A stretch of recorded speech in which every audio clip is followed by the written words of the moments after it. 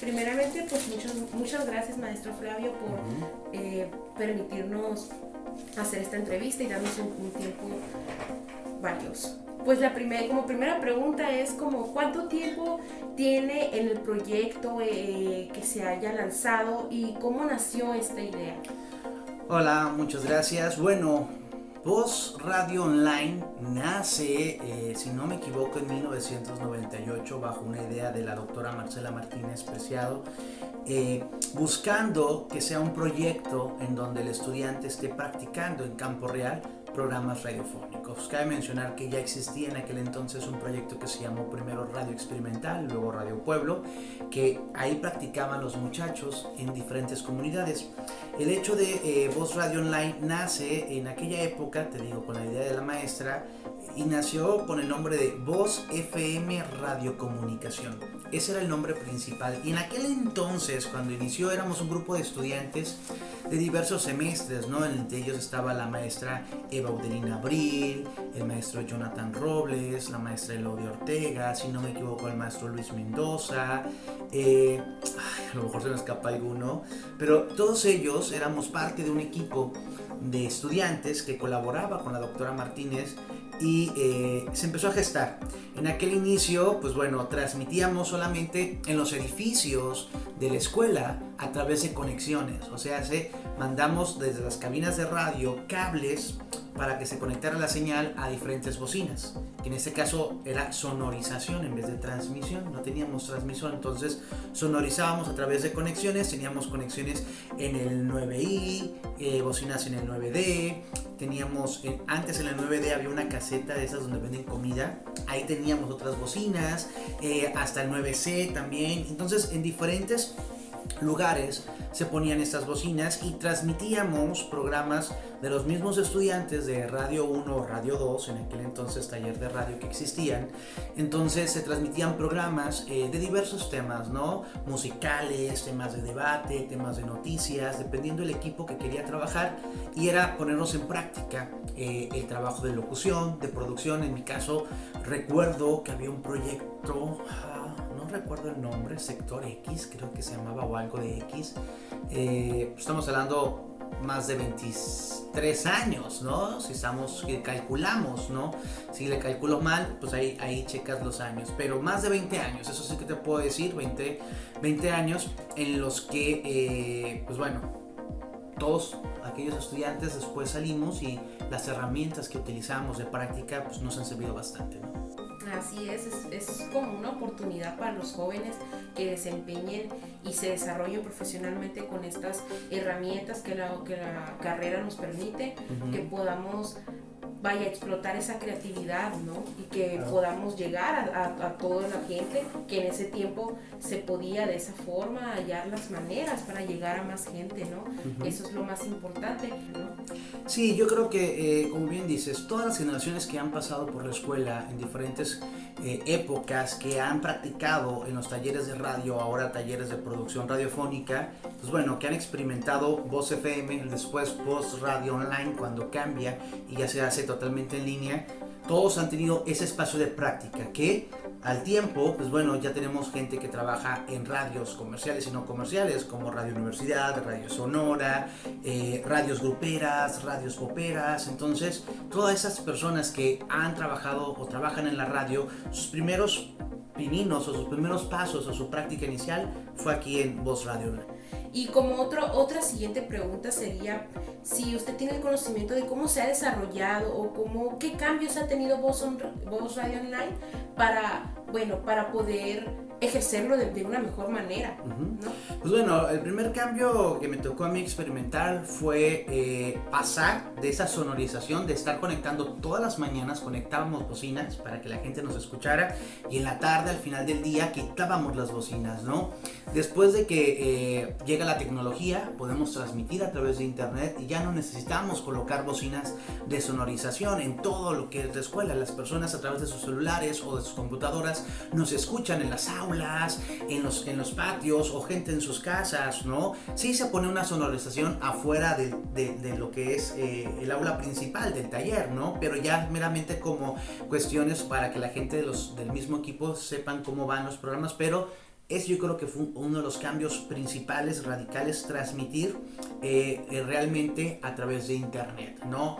Personas de intercambio que se fueron a otros lugares, escuchar a sus compañeros en esas transmisiones es interesante. No te puedo decir que nos escuchan en todo el mundo, ¿no? Al menos que nosotros hagamos la labor de compartir esos links, de compartir el trabajo de nuestros estudiantes, pero yo creo que es una de las evoluciones principales. El segundo punto de evolución yo creo que son los contenidos, ¿no? A lo largo de esos más de 20 años se ha tratado de que los contenidos estén en la vanguardia, que los mismos estudiantes no solamente hagan contenidos musicales como los que tenemos en la radio actual, sino que busquen contenidos de radio hablada. Yo creo que ese es uno de los puntos principales que debemos destacar. La radio hablada, la radio donde hay opiniones, donde hay producción hablada, ahí es donde entramos nosotros. Yo creo que pasamos de tener a lo mejor momentos musicales a tener más contenido hablado. Así es, explota más los géneros radiofónicos del tipo de contenido que se va a transmitir en vivo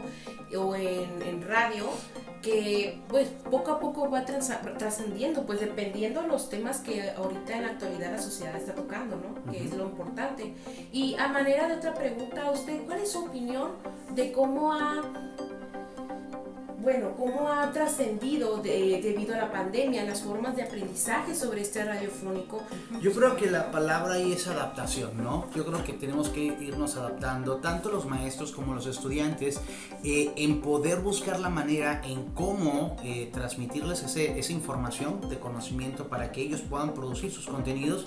Y creo que sí ha sido, para mi punto de vista, un poco complicado la cuestión de los softwares y los programas, porque no todos los alumnos tienen acceso a computadoras que puedan tener cierto rango de calidad para sostener ciertos programas. Hay programas de cuestiones libres que le llaman, software libres, que a lo mejor no son tan pesados para una computadora, pero pues bueno, hay que pensar en todos nuestros estudiantes, ¿no? Y hay estudiantes que sí tienen y otros que no. Yo creo que ha sido una adaptación. En mi caso hemos trabajado sí en casa, produciendo algunos, otros han producido desde acá, desde la universidad, a través de las distintas protocolos o distintos protocolos existentes, pero sí nos ha obligado a pensar como maestro cómo voy a enseñarle, qué tipo de actividades ahora tienen que producir. Y bueno, la radio a distancia se ha podido trabajar, se ha podido hacer programas y producir, buscando esa adaptación, ¿no? Esa manera de crear esos programas. Pero si tú me preguntas, yo creo que en el caso de cómo está diseñado el inicio de estas materias, pues bueno, sí ha tenido un poco de complicación, pero ha sido muy exitoso la manera en que cada uno de los maestros ha buscado la alternativa para que se cumplan los objetivos de aprendizaje que cumplan los estudiantes con sus proyectos radiofónicos, ¿no? Sí, de hecho sí se ha visto esa evolución, esa adaptación por parte de los estudiantes para poder cumplir con estos aprendizajes, de poder aprender básicamente. Sí ha habido diferencias entre los maestros en la forma de aprendizaje, pero al menos debido a las circunstancias y la pandemia, pues se ha podido, adaptación, como usted lo comentó. Y a manera de otra pregunta, ¿cómo ha ayudado a los estudiantes para su desarrollo profesional? ¿Usted conoce algunos casos de alumnos que han podido tener éxito en el trabajo de producción radiofónica? Sí, bueno, a lo largo de la historia de más de 20 años creo que hay personalidades que actualmente trabajan en la radio que han podido desarrollarse, y sus primeros pasos, como te decía hace rato, sus primeros pininos fue acá en ese proyecto de Voz FM o Voz Radio Online, como le llamamos ahora, ¿no? Actualmente están en radio gente, por ejemplo, Danitza Rivera, que está en una radio grupera, Jorge Castillo, que está en una radio reggaetonera, popera, ¿quién te puedo decir también? Lucía Mendoza también trabaja en radio, más en el área noticiosa. Entonces creo yo que la lista es muy grande, ¿no? La mayoría de las personalidades o las personas que están frente a un micrófono de unos 40 años para abajo de edad, todos han pasado por este proyecto radiofónico, ¿no? Si analizamos y preguntamos a la mayoría, yo creo que el 80% de las personas que tengan 40 años o menos en este tipo de profesión y que estén frente a un micrófono, todos ellos tuvieron alguna experiencia menor o mayor y fue de impacto porque fue el primer acercamiento ante el micrófono y a lo mejor fue el primer momento en que dijeron, esto me gusta. Y a lo mejor en la escuela no hicieron proyectos grandes, pero les llamó la atención y buscaron la manera de hacerlo por fuera. Y la radio ha tenido que evolucionar a los llamados podcasts, ¿no? Entonces antes solamente transmitíamos en vivo y lo escuchabas y ya no lo volvías a escuchar, ¿no? En este caso existen estos llamados podcasts donde cada persona produce su contenido radiofónico y lo suben a plataformas como Spotify, por ejemplo, ¿no? Yo te puedo tener mi podcast de un programa acerca de opinión o un programa de leyendas urbanas o un programa de cine y de cómics y lo suben a esos llamados podcasts y es un lenguaje radiofónico, pero a la falta de este público audiencia que está escuchando la radio, sintonizarla a las 5 de la tarde, tengo un programa, entonces en vez de sintonizarlo ese horario, busca estos famosos podcasts que desde hace mucho existen, ¿no? Pero creo yo que en esta época han tomado más auge y es una salida más para que la audiencia escuche esos programas de radio. Una última pregunta, ¿qué consejo le daría a esos jóvenes que están por estudiar este tipo de medio y adentrarse a este tipo de proyecto que es Voz Radio Online?